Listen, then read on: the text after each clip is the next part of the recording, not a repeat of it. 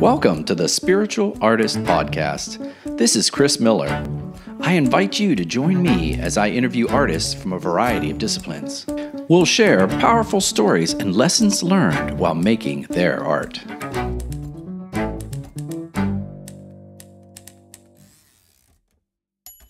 Welcome to the Spiritual Artist Podcast. This is Chris Miller. I am very excited about today's guest. His name is Gary Lynn Floyd. He is a musician and a lyricist, originally from Houston, Texas, and I met him in Dallas, Texas, when he played music at the Center for Spiritual Living in Dallas.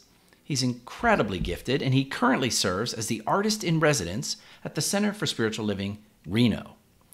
Most importantly, and why I look forward to interviewing him, is his most recent album, My 88 Keys, Volume 2, titled Quarantined. And it deals with songs about the quarantine and the essence of love. So I look forward to talking to Gary about how he uses love as a transforming state when he creates.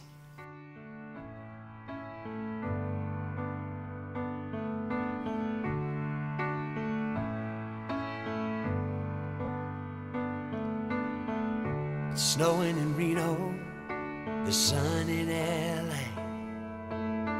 Susie's in her office and Danny's up at the lake. Been cooped up for weeks now, the virus has grown. I'm keeping my distance right here at home. Together alone in spaces we never dreamed. So I water the flowers and keep feeding the dogs. Encourage the love without breathing the smog. I'll be cooking and cleaning and planting a seed, a chance to get back to the essence of me, back to the essence, back to the essence.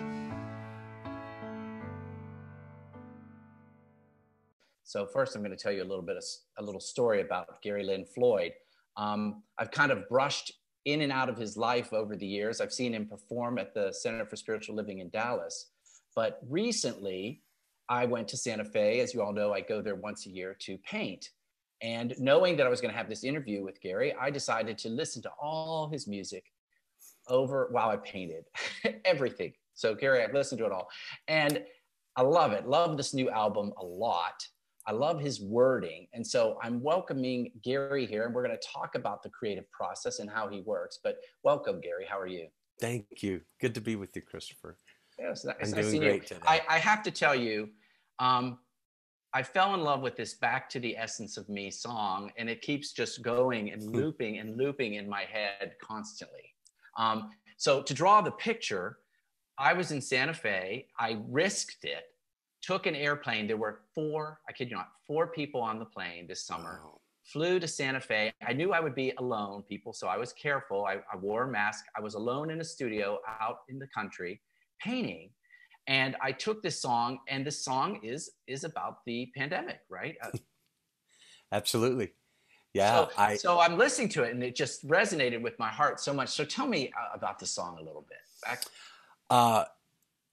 I wrote it with my writing partner, Jamie Lula, and it was back in March. And I was actually down in Southern California. We were on a little mini tour at the beginning of March, and we had done the first weekend of gigs, and we were booked for the next weekend. And we came back on the Monday, and everything shut down. In California, they really began to kind of shut things down, and it started going from like 250 people down to 50 people down. And so we struggled that week with our gigs the next weekend, whether we really should do them or cancel them, because the venues were saying, yes, we'll still have you. But there was that struggle of, the thing that we want to do mostly when we go out and play is get as many people to come in as we can. Exactly. And it felt weird and not right to be trying to get people out to gather if we were not supposed to be gathering, and if it was going to be less than 50. And it was just, we got to a point where we canceled the gigs, and I came back up. My partner Danny and I live up at Lake Tahoe in a little town called Kings Beach up on the North Shore. Oh, wow. So I came back up home. But before I left, Jamie and I decided that we would take advantage if this was going to be something that I mean, at that point, we thought, okay, well, maybe it'll be a month or two. We didn't know how long that was going to last. So we decided, okay, every day at 1:00, we'll just get together, because we've written a lot of songs. And so we'll just get together and write some music at 1:00 every day and see what comes out, but just kind of keep in the groove and keep in the creative process while we're in this quarantine. And so I came back up, and this was the first song that we wrote on one of those afternoons. And we didn't really know what we were going to write that day. And I was down here I was in Reno, actually. And Jamie was in LA. And, the song starts out, Exactly. I know the lyrics, but go ahead. Say. It's snowing in Reno. It was March, and it was a late snow. And I was like, oh, wow, it's snowing here. And then Jamie was like, oh, yeah, and Susie's in her office. And I said, well, Danny's at the lake. So that kind of started the song. And we just continued the song. And it's a song about... It's kind of interesting, because there's a line in the song that says, we've been cooped up for weeks now, and now it's been, months now, and we're kind of figuring out how to kind of deal with this new paradigm that we're in. But it was the idea of taking the opportunity while we had to slow down and be still. I'd been touring for 8 years on the West Coast, playing at different centers and conferences, conventions, and retreats, and never really had a weekend, and never slowed down, really just keeping going. So suddenly I was slowed down and not really doing anything. And so it was just an idea of, wow, this could be an opportunity to get back to who we are, back to the essence of who we are. So, well, I think it's a beautiful song. I hope I have this line right. It says, I'm keeping my distance right here at home. Together in lonely spaces, is that it? Together in lonely spaces, together alone in spaces that we never dreamed. Oh, so we're like, because we're in two different, and at that point, Danny and I share small spaces, so at that point, not knowing really too how close we could even be. And so it's just kind of, wow, we're together, but we're alone. Say that again. No, say it again, because together alone in spaces we never dreamed. That is such a wonderful written line. It just goes, you just kind of, you lose your breath. You just go, oh. Yeah. And picture me, I'm in Santa Fe. I'm in my studio where I normally go to be alone, because I think being alone is a spiritual practice. But here I'm alone, and I'm realizing, but I was just alone back in Dallas. And is this the way we're going to be? It's a whole different feeling to escape to alone, as opposed to just be in alone. Yeah, it's different when you're choosing it. When you're like, okay, I need my space, you need your space, so let's just kind of like chill and be in different spaces. But then when you're kind of put in that space, not being a choice, right? Then you just kind of go, oh wow, okay, here we go. Yeah, it's really amazing to the difference. So one of the things I noticed as I went through your all of your, so I did like the whole retrospective. I think I listened to everything that you have on Spotify, by the way. So I listened to it. Okay. And so I started noticing this reoccurring theme of love. And even on this newest album, Love Always Finds the Way, Love Be With You, Love Cover Me. And so the reason I bring this up is, I don't even know if you know this about me, but I'm just now publishing a book called The Spiritual Artist. And it talks about the process that we go through to be creative. So I'm outlining, how do we get into that space where we receive divine intuition? How do we get there? And ironically, one of the chapters, what is that thing here? It's actually about love. My chapter is called Love Consciousness. So I don't think of love necessarily as God, but I think of it as the vibration or consciousness that we have to be into to receive from God. Yes. Do you see what I mean? I do. we have to be in that when we're in a state of hate, we're not getting any idea, we're not getting intuition, we're not getting creativity. But when we're in love, Mm-hmm. and so when I saw this, I was like, well, this guy's got love down. I mean, he you know, all this love always finds a way, love be with you, love cover me. How is your creative process? Do you find that you work better in a state of love, or do you sometimes work better in a state of anger? I'm just curious. I think through my life, I think maybe it's shifted a little bit. A lot of times in the past, like before these CDs and before this music, I've been writing music since I was 14 years old. And I went through a phase though, where if there wasn't angst and something that was bothering me or something that I was having to work through, I couldn't really write. I kind of wrote I got fueled by, a relationship gone wrong. Or, I wrote a whole CD called This Side of Goodbye, which was the entire process of one particular relationship. I'm sure he was thrilled that I wrote an entire CD, but it was the whole CD of my process through that breakup and then coming back around to love again, really. And, but now I think you're right. I think that when we're in a state of love, then ideas and creativity can flow. And when I find myself angry or frustrated, it's more difficult for me to sit down and let that flow happen. And as far as the songwriting goes, most of the time I come to my keyboard and I just get inspired or I just get moved to come over here and then I really can't explain what happens because most of the time it's a musical idea that comes and I just feel like it kind of flows through. And sometimes my fingers move in ways and do things that I am not really sure exactly what I'm doing, but I just trust it and let it. And I always have my phone to record the ideas so that I don't lose them.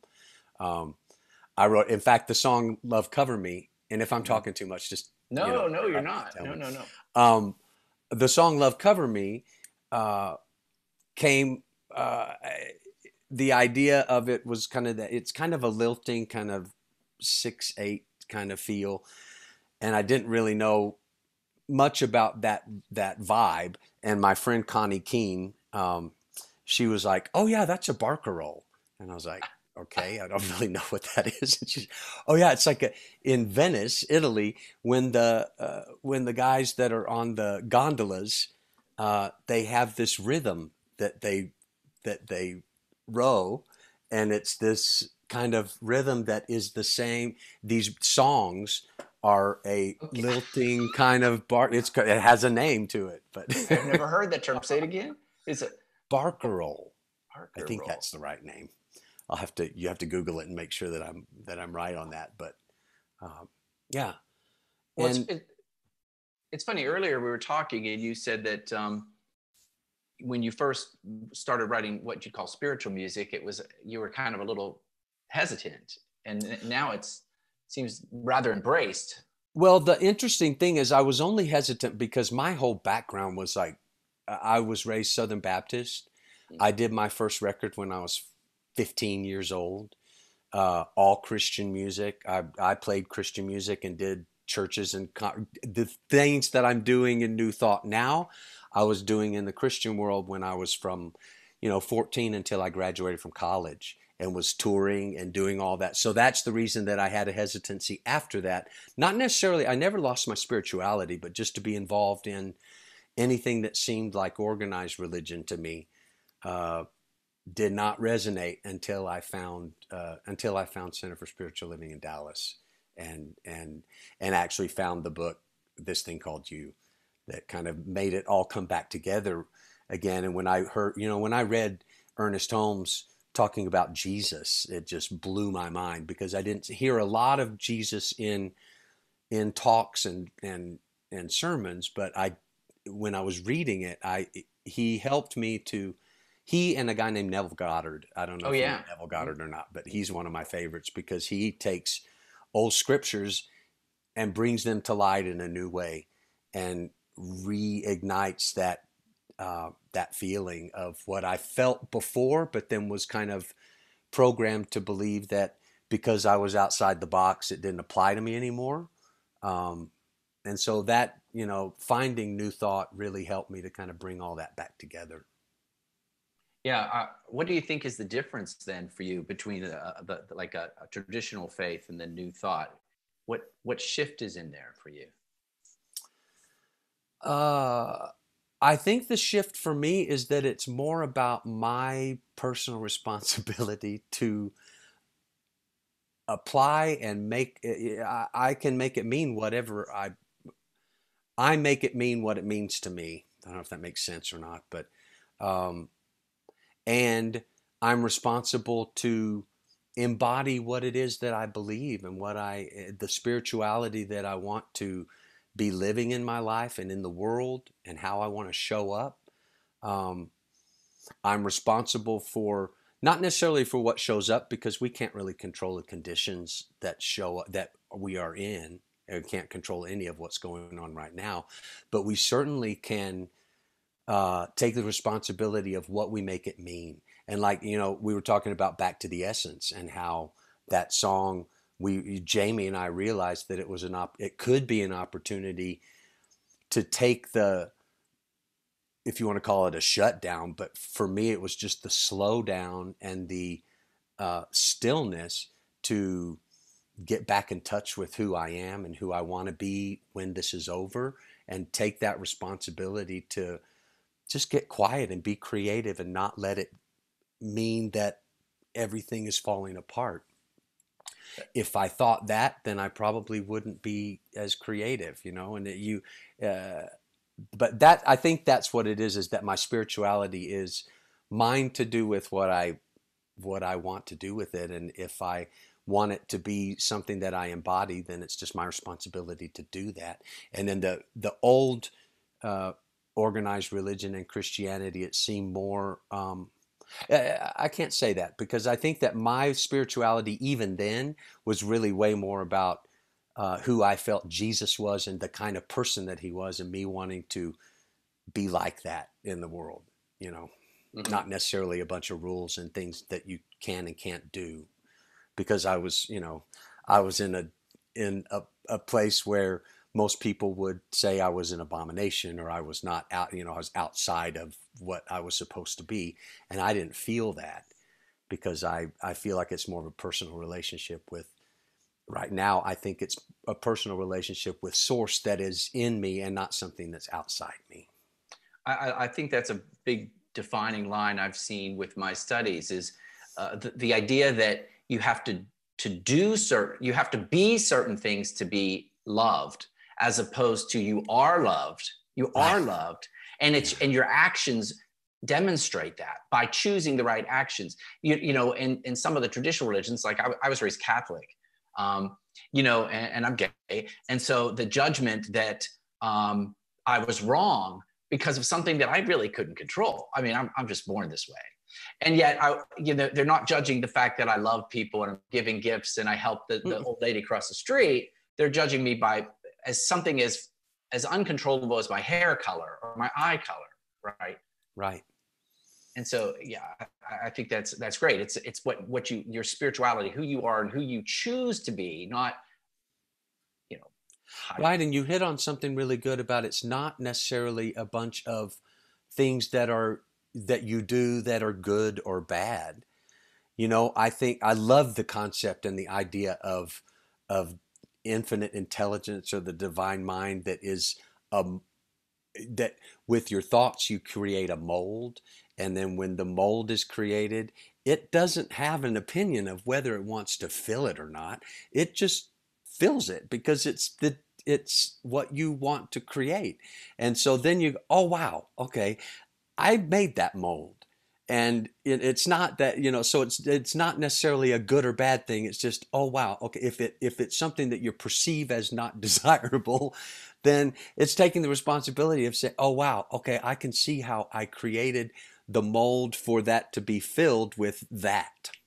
And so, okay, next time, maybe let's try this out. When I started experimenting with this whole idea of thoughts or things, and if you change your thinking, you can change your life. I started with my family, and with the help of my partner Danny, I started reframing how I felt about them and what I thought about them and what I felt like I needed from them. And so I started showing up in a little bit different way of just seeing them in a different way and the relationship in a different way. And so therefore I came into the relationship a little different. And I came back after a little while to Danny. I'm like, it's so strange because my relationship with my family is changing, but I don't think they've changed at all. Right. They're the same people. They're the same people. And how yeah. But then their response to me changed. And now it's a miracle. But my two older sisters now, they every year except for this one because of COVID, but they've started coming and visiting, which is beyond anything I would have ever thought would happen. And I think it's evidence of I changed how I thought about them, and then I could show up more as love in that relationship. And when I showed up as more love and not as a needy, I need your acceptance in order for me to feel okay, it changed everything, because then they were responding to the love instead of responding to the need of, I can't do that because I don't believe that you're, whatever it might have been. Well, so interesting. I liked how I knew you'd get that word love back in, Gary. It's got to be love. But I'm a sucker for love. You are. But you said earlier, you did say earlier, it's recognizing the God in you, the God essence, the Christ-like nature within. Yes. And coming from that place of non-need. You're now coming from a place of you don't need their approval. When you approach them, it shifts. The dynamic shifts. Right. And it's amazing how that happens. And it's really just it seems like it was a shift in my perception of myself, really, of not needing their acceptance, but then being able to show up. And that was just a practice of looking at things and doing things a little bit different. And when I started to see that shift in my family, because when I first read this thing called You, and when I first started being, kind of listening a little more to New Thought and what the concept was, my first thought was, okay, it's going to work for everybody but me. It's not, that it's just that old thing. And I realized that it was just a matter of me changing the way that I thought about them. And then it just kind of began to expand into other areas of my life. Yeah, it's amazing. You were saying earlier too, and I love this. There's a song, I wrote this down because you have a song that God in Everyone. Oh. So that's a wonderful song. And so I'm glad you brought that up. Yeah. There's a couple of things I'd love to talk about on this song. Okay. One is the music, because the music it's an odd song. I mean, as far as musically goes, because it's got a weird time signature, because it goes back and forth from like 4/4 to 6/4. I don't know if you probably know music, but many people don't. But it's just it's an interesting kind of different thing that is happening. And what happened that day, it was the first song that Jamie Lula and I wrote. And I had this idea on the piano because there was a day that I sat down at the piano and I was inspired just to stay on the black keys. That was the only thing that I thought, okay, I'm just going to get up here on the black keys. Okay. And this is one of those instances where my fingers just started moving. And I could do it right now if you want me to, but it was sure. Like, and I'm like, oh, that's kind of cool. And the song just began to develop from there, but I was not intentionally doing all, like thinking, oh yeah, now I'm going to, from a musical standpoint, I'm going to go down here and do this. It just all moved. So I had this, and I thought maybe it was going to be an instrumental song, but I met Jamie at a Taizé service at Global Truth Center in LA through my friend Doug LeBeau. And we set up a time to write. And so when we went to write, I said, I have this musical idea, and I don't know if it's a instrumental song or not, but I started playing it for him, and he said, oh, and then it's kind of interesting in that moment. I would throw out a line, everything beneath the sun. And then Jamie would go, oh, breathes like a harmonium. And it was effortless. That first song, it was just effortless. It just flowed, and we were like, "Oh my God!" And Jamie was like, "I have one test for this. I'm going to go get my wife Susie and get her in here. And if she, I know she's going to cry. And if she cries, then I know that it's a great song." And of course, she did. But it's I love the song. It's one of my favorite songs that I've written period, and especially written with Jamie. And it's kind of an interesting song now thematically because it's a really challenging song to sing.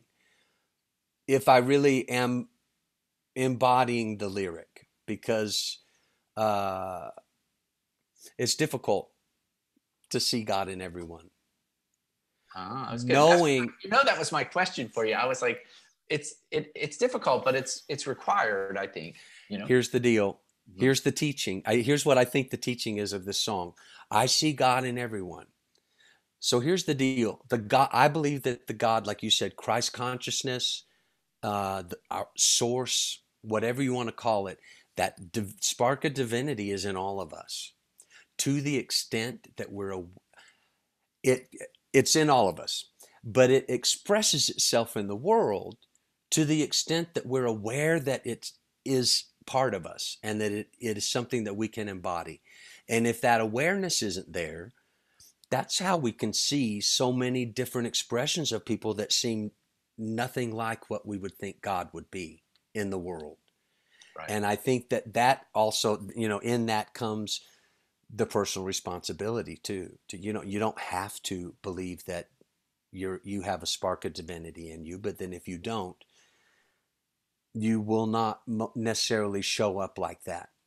And we have many examples of that, and the most extreme examples are very difficult for me to say, oh yeah, okay, I see God in everyone. Oh wait, but that I have a difficult time with. But I have to believe that if that spark is in me, then it's in everybody. If I believe that principle. I think you're right, and I think you're really hitting on a really hot point here. It's a level of conscious awareness. It's a conscious awareness. I have a story that I went to a service provider. I won't give the industry, but I was talking to her about my new book, and she was from a traditional faith, and she was telling me to describe it, and I said, well, it's talking about finding the spirit, the God within, and expressing it. You're co-creating with God. So the individual essence of me that is God, I'm a shimmer of God in me is expressing with other shimmers of God, and we are co-creating. And she looked at me and she goes, I don't believe that. And I said, what do you mean? She goes, well, I believe that we're born with a hole in us that can only be filled by God. And I went, oh, wow, it just hurt my heart to hear her say she believes that there's a hole in her that has to be filled by God. And then how does that hole get filled by God then? Do you have to, is that the old teaching of, accept Jesus and then you'll... Exactly. It's the whole dualistic attitude that, right. that God and us, we are separate. God is in everything. It is in not only in everything, God is in every one. Because to be all powerful, to be all eternal, it has to be in everything. For example, if God is not in me, then God's not all powerful because there's something out of the reach. Right. Out of the reach of God. And so when she said that to me, it just hurt my heart. I didn't even know how to respond. I was just like, oh, that's so sad. Yeah. I think that whole idea, I don't know if you're probably familiar with the Gospel of Thomas. Mm-hmm. I found a YouTube video by a guy named Ted Nottingham who does a whole talk on the Gospel of Thomas. And the pure teachings of Jesus that are, there's no narrative, there's no story about the virgin birth or anything. It's just the principles and the challenge to just live them, to embody what the teachings are. It's in that book. But one of the big things I think that's a difference between New Thought and traditional Christianity is what you just said, the duality, that God is outside of us and we are, and not part of us. And I think part of that may be just the need to control the masses by making us think that there is that duality. So, because if we knew, like in the Gospel of Thomas, if we knew the power that Jesus said was in him and that was in all of us too, he was trying to point out that the things that I can do, you can do, and even more. Right. If we really believed that and embodied it, then there would be no reason for organized religion to go there for something that we didn't have and that we needed and that we had to accept so that we could be okay in the afterlife, I guess. And that's just, yeah. Go ahead. It goes back to what we were just what I was talking about earlier, which is that having to be something instead of you're already God, having to have a certain eye color or a certain skin color. If there's a line like that, they can separate. You can come and they can deal it out. Right. But if you know and you accept I am God, and I love how you said earlier, when you make decisions throughout the day, knowing that, coming from your Christ nature, you're going to be kind. You can't but be kind. Right. Because that's part of you, that is in you. You may not choose it, but you can. Yeah. We exactly. always have that moment of choice where we can go, oh God, that really pushed my button. Okay. Now what? Right. And it goes back to what you're saying. When you see people that aren't acting like God, it's because they're making a choice to not recognize their godness. And I think the idea of, maybe this is back to love, because I think the idea of acting like God, what I would think and what I think you would think God would act like, would be a loving presence. And so that there would not be a need to manipulate or control or deceive or, any kind of smoke and mirrors. It would just be a desire to be love and to embody that, and whatever that might mean. But you can tell it when you see it and when you feel it, and when you don't and you encounter it, that too. Yeah. Oh, that's wonderful. So that love theme, I'll tell you. I don't do it intentionally, but I did find, at this new record, I was like, okay, there are a lot of songs about love, and then really in the other ones too. Yeah, there are a lot of songs with the theme of love, but maybe and that's really not intentional, other than I think that it just helps to remind people that love is not only important, but it's like, I think it's the most powerful energy on the planet. And I'm one of those people that believes if I love people and if you love people, and if we join those two energies, and even though you're in Dallas and you're in Texas, I'm in California, energetically and spiritually, that is powerful. And the more people that join in on that, then that energy just gets greater, even though, and that's something I believe. I can't prove it, but right. I believe that, love times 2 and times 4 is so much power that, it will overcome anything. Yeah, there's a teaching that someone that's consciously connected, I think it's a Buddhist teaching, that one person can have the power of 1,000 with that connection of love, that connection. So there's one other song there's a couple songs you mentioned, but one other song I really like that I want to bring up as we cap this, but and maybe you can tell me, there's a song, is it called Nothing's All Right? Yes. When I got nothing, nothing's all right with me. And so I want to know a little bit about this. When you got nothing, are you talking about creatively when you're like, not getting anything, I'm not getting nothing here?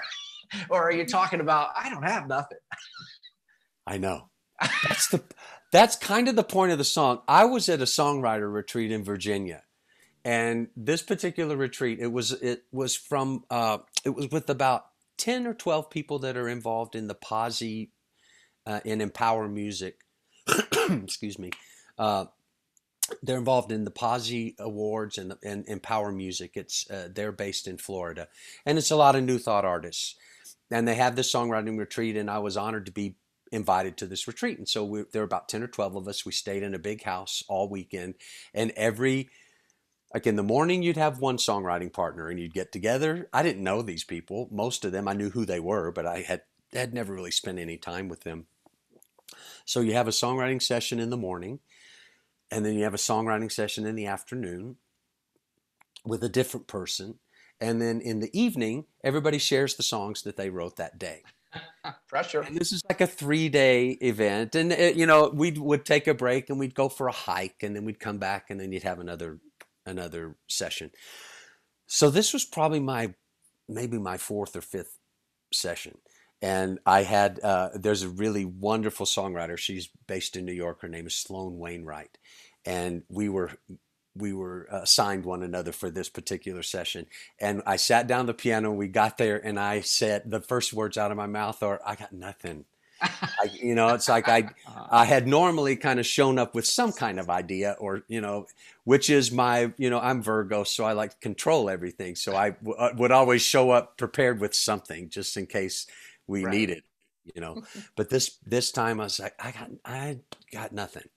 And then we looked at each other and we go, maybe that's the song. To be okay with the idea that, okay, maybe sometimes it's okay to not have anything, and to just be it seems like that's a little bit of a Buddhist thing, Yeah. to just be okay with the void, and with, okay, if maybe I just don't have anything. And so we started writing this song about having nothing. And I loved the idea of the song because it is it could be confusing to some people. Go, what are you talking? What do you mean you got nothing's all right? Do you mean that nothing's all right? Like everything is wrong? That kind of thing. So we finished the song, and that's exactly what happened. Is she played it for her husband, and he had that response. He said, "That's not very New Thought." He said, "What do you mean? Like, it sounds like you're saying that everything's wrong and that like nothing's all right." So we got back together that afternoon, or maybe it was the next day after she played it for him, and we played it that night, and everybody, even the response in the room when we, as we were sharing songs that night, I think because we had that initial feedback, we kind of came into that moment of playing it for everybody else thinking, oh, that maybe they're not going to get this because, they're not going to understand it. So we felt that after we were done. So the next day we got together, and so we modified it a little. And she was like, what if we say having nothing's all right? That way it kind of explains it a little bit. So then okay, cool, let's do that. And this is the one song that when I recorded it the original way that we wrote it. She recorded it the new way where we explained it. And both of them are great songs. One of them is a song where there's no doubt of what we're saying.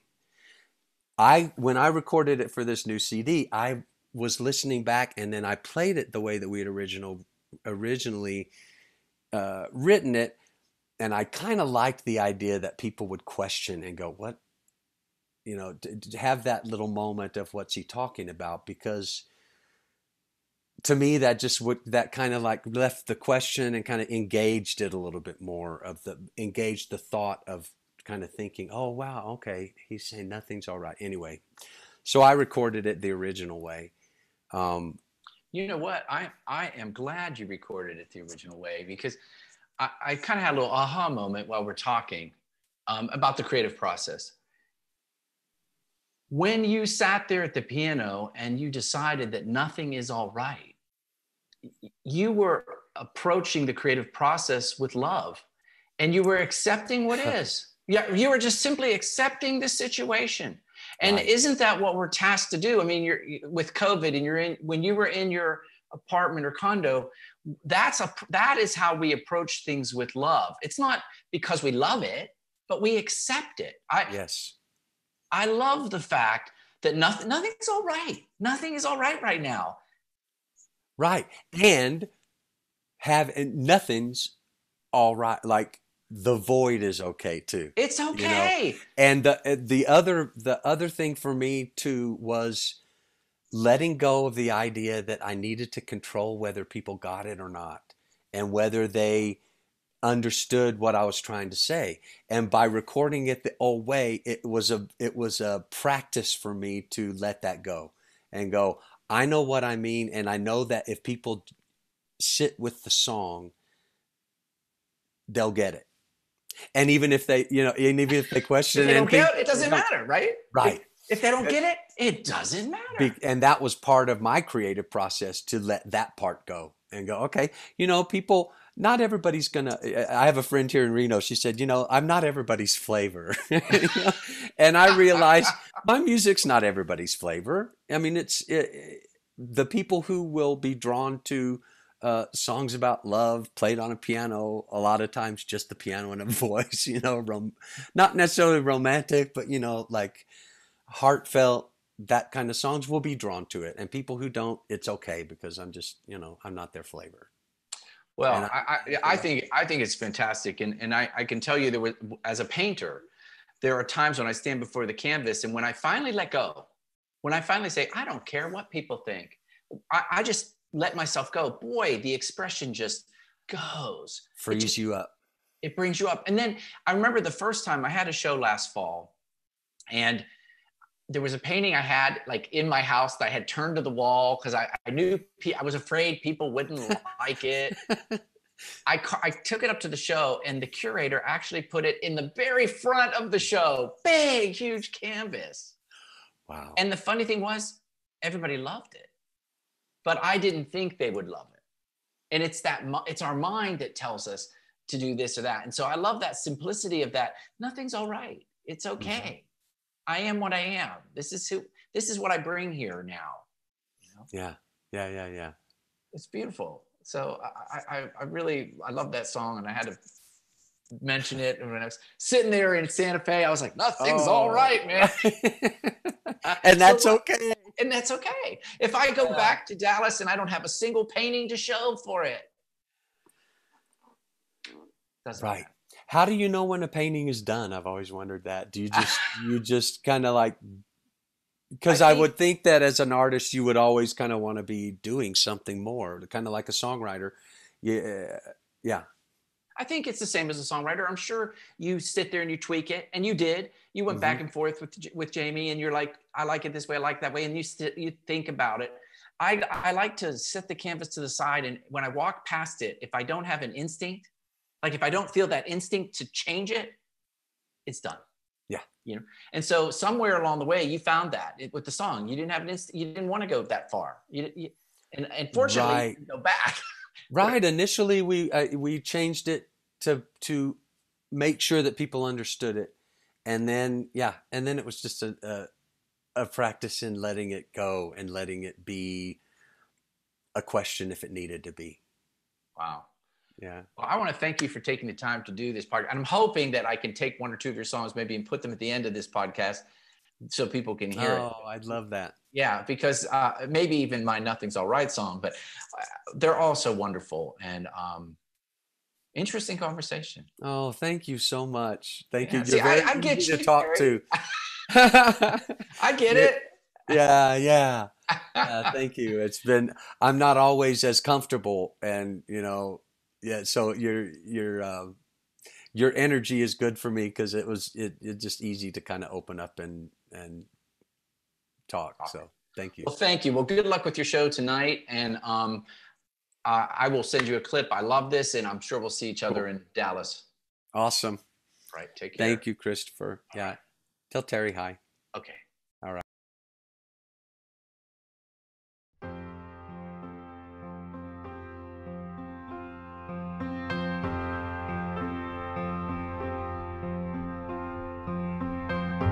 I got nothing here inside my head.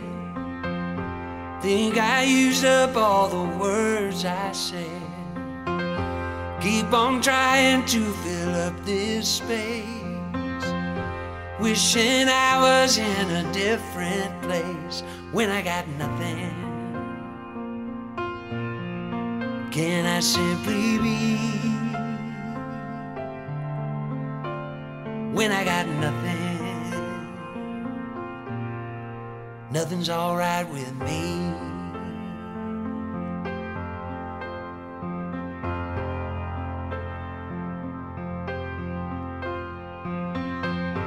I got nothing but an empty page staring at me as I find my way. Must I try to fill in all the blanks, or surrender with a heart of thanks when I got nothing I can clearly see? Thanks again for listening to the Spiritual Artist Podcast. Whether you're watching this show on Apple Podcasts, Spotify, Google Play, or iHeartRadio, make sure you choose the subscribe button so that you will receive updates when new segments are released. Most importantly, be still, listen, and know that you are a spiritual artist.